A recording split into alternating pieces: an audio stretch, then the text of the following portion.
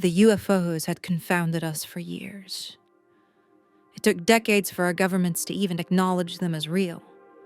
Only when they became so numerous in our skies that their existence could no longer be denied did they at last officially disclose their presence and unseal the decades of collaborative research that had been compiled.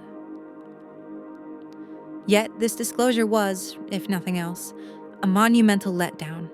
Despite a half-century's worth of rapt attention from the world's intelligence agencies, each of the UFO reports could be distilled into a single sentence.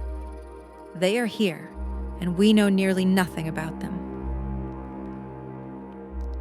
So it went for decades more.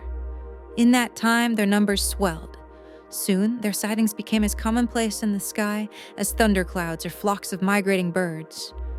You could hardly catch a commercial flight without seeing one zip by your window at unfathomable speed. As they increased in number, our public perception of them started to shift. We began to view them less as mysterious anomalies and more as natural phenomena that we simply lacked the ability to understand. The once extraordinary became banal, and the public's appetite for answers waned. There is little satisfaction found in constant wondering about that which you know you may never understand, and in time, humanity chose the numbness of apathy over the itch of curiosity. In all that time, they never once attempted contact. Despite their silence, we knew they were watching us. Their numbers were greatest around our sites of utmost cultural and scientific importance. On more than one occasion, their swarms inadvertently revealed the locations of secret research facilities or the presence of covert defensive programs. Though they did nothing to interfere with the work being done, their presence alone began to cause headaches for the powers that be. After the locations of several superpower nations' prototype fusion facilities were made public by their flocks in the late 2040s, authorities the world over began to pour money into research.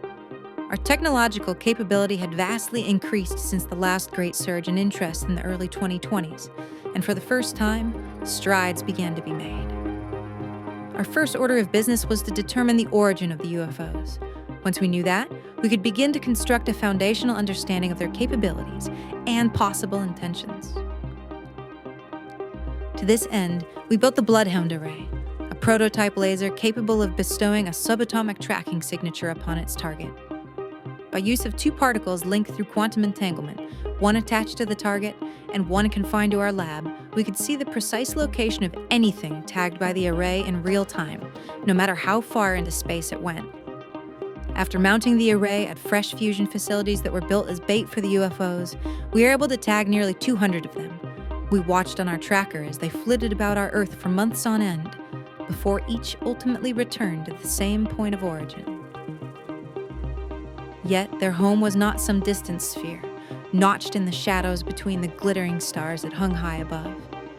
It was a place far, far beneath the Pacific Ocean, an undiscovered, subaquatic cavern larger than the Eurasian continent, a world presumably as alien as any faraway planet, located right under our feet. Thank you so much for visiting the archive today. If you enjoyed this story, don't forget to like and subscribe. And if you want more archive, check out volumes 1 and 2 of the Compendium, the archive's first published collections of short stories. Safe journeys, travelers.